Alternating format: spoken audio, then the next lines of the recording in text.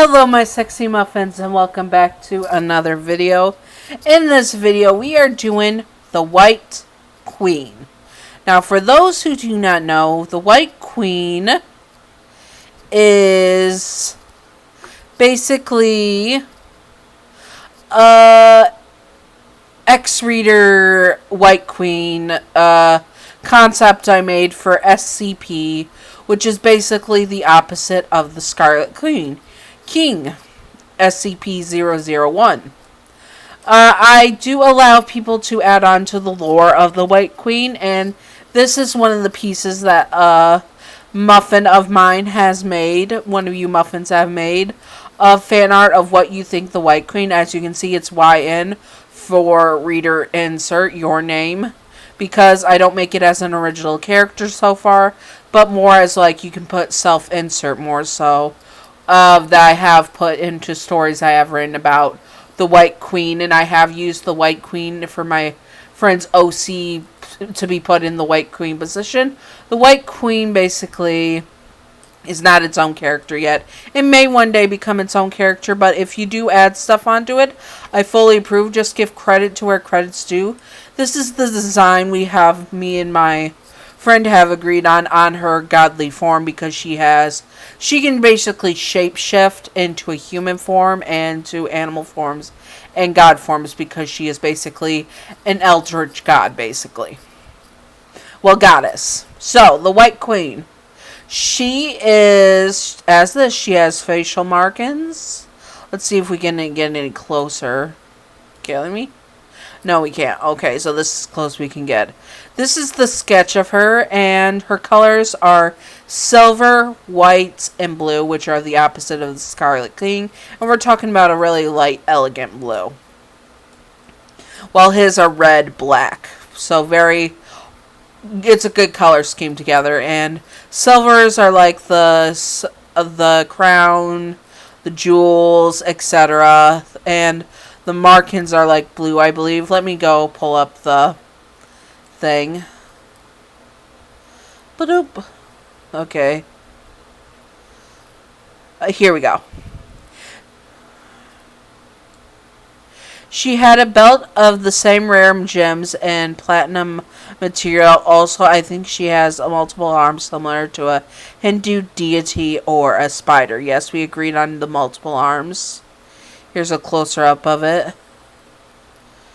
Okay, here we go.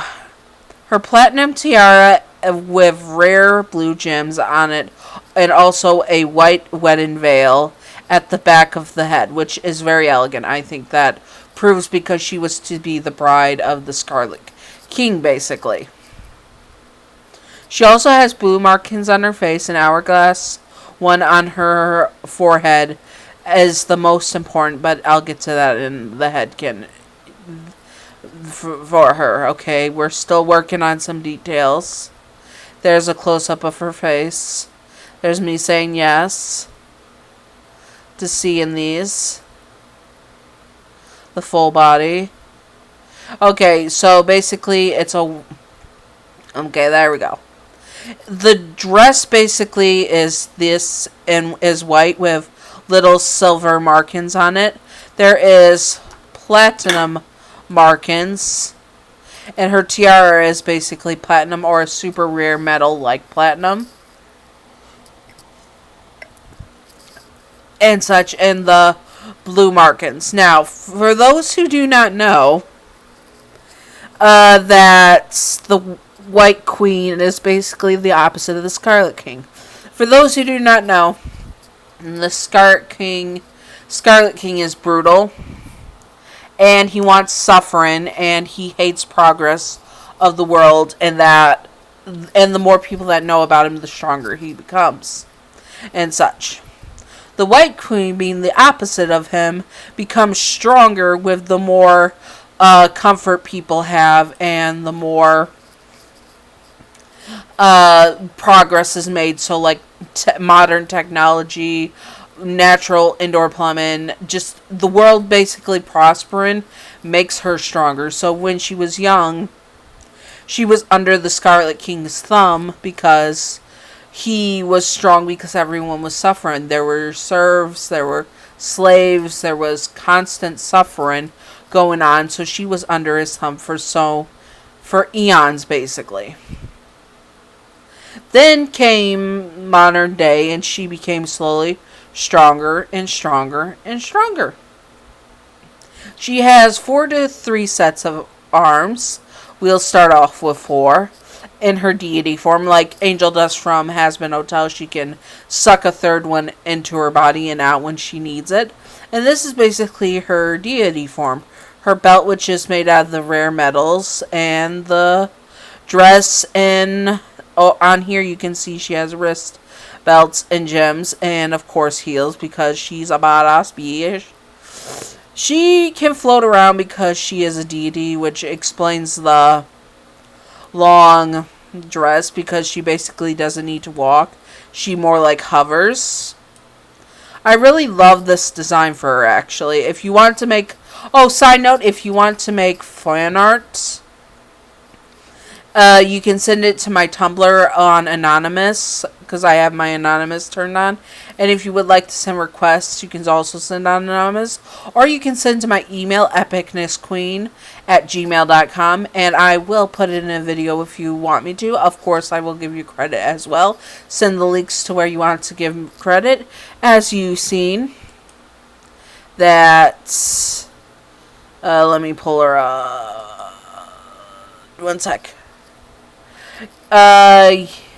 Yandere Dark Cupid is the creator of this design for her, and she is the one that has so far added on lore other than myself and my co-author. So let's get into the lore. The White Queen is soft, gentle.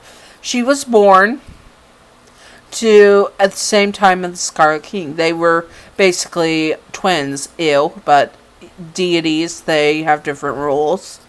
And the Scarlet King was obsessed with her. She was weaker than him and was forced, more so or less, to be his bride, which the veil you can tell here and up to here. Behind her on the tiara is the veil. She can have whatever hairstyle you want. We haven't claimed one yet. And she basically took on the form of the dutiful wife. The dutiful, unwilling wife, of course.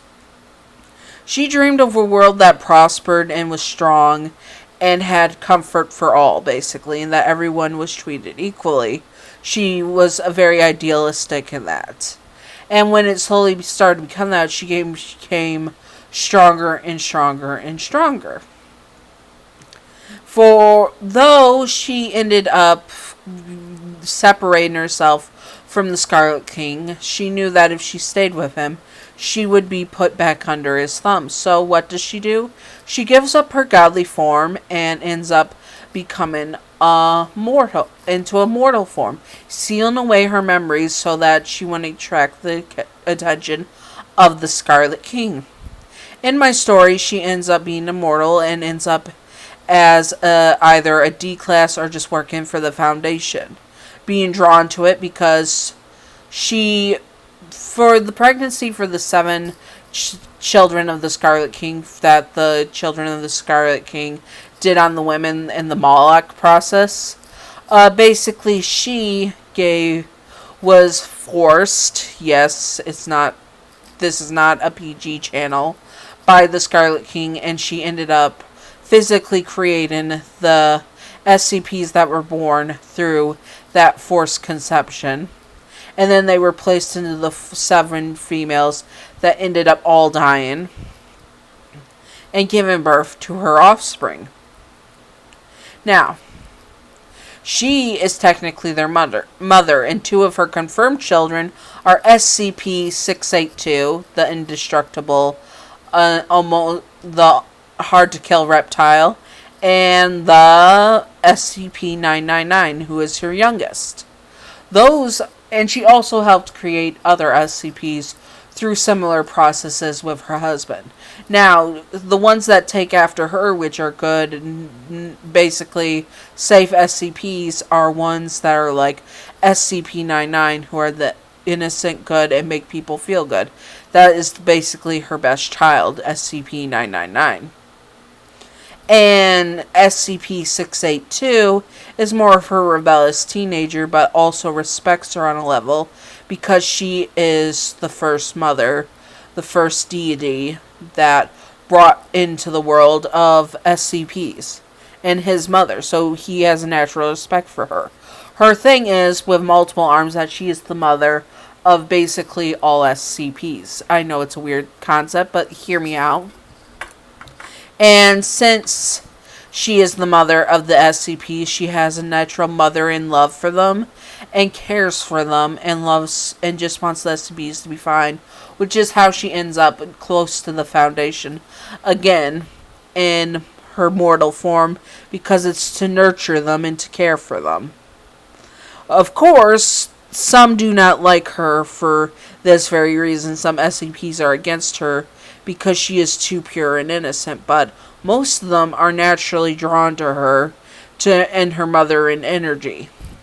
It does backfire in some cases, like if the other if SCPs are yanderis, then it is like that, but it also brings negative attention from the Scarlet King and the children of the Scarlet King, or Church of the Scarlet King, whatever they want to call themselves at that point.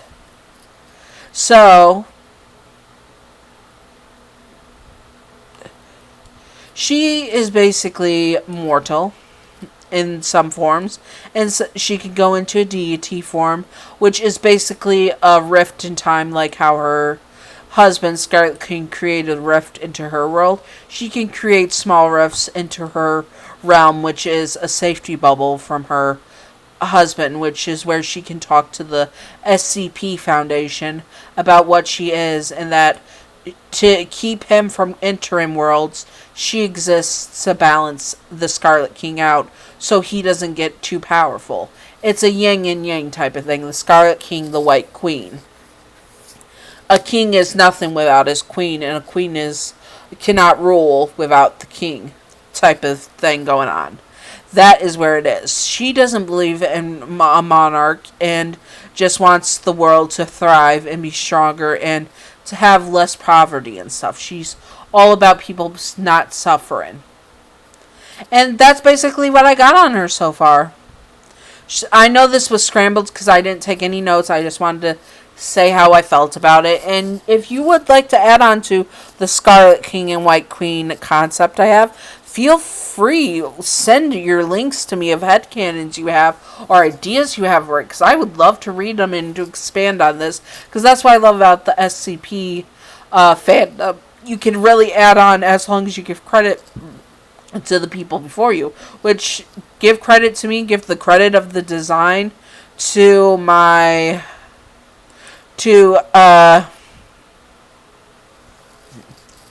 Yandere Dark Cupid. I will link her in the video. Hopefully I remember to do that. And just how the White Queen is just this beautiful type of three-armed goddess and is mother in figure and basically mother of... Yeah, in my headcanon, she's definitely the mother of SCP-682 and SCP-99. What other SCPs do you think she would be the mother of and helped create in the world? Because I would love to hear your guys' ideas and expand on this. I'll definitely do a part 2 of your guys' ideas that you want to add to this, and we can slowly expand on the White Queen and possibly make her into a full-fledged character. Right now she's a reader insert, so she can be anyone and anything, because that's what I did. I was the first one with the concept of the White Queen. So, but if you guys want to do stuff with her, feel free. I would love to see more of this. Anyways, I hope you all enjoyed, and stay sexy, all my sexy muffins. Bye-bye!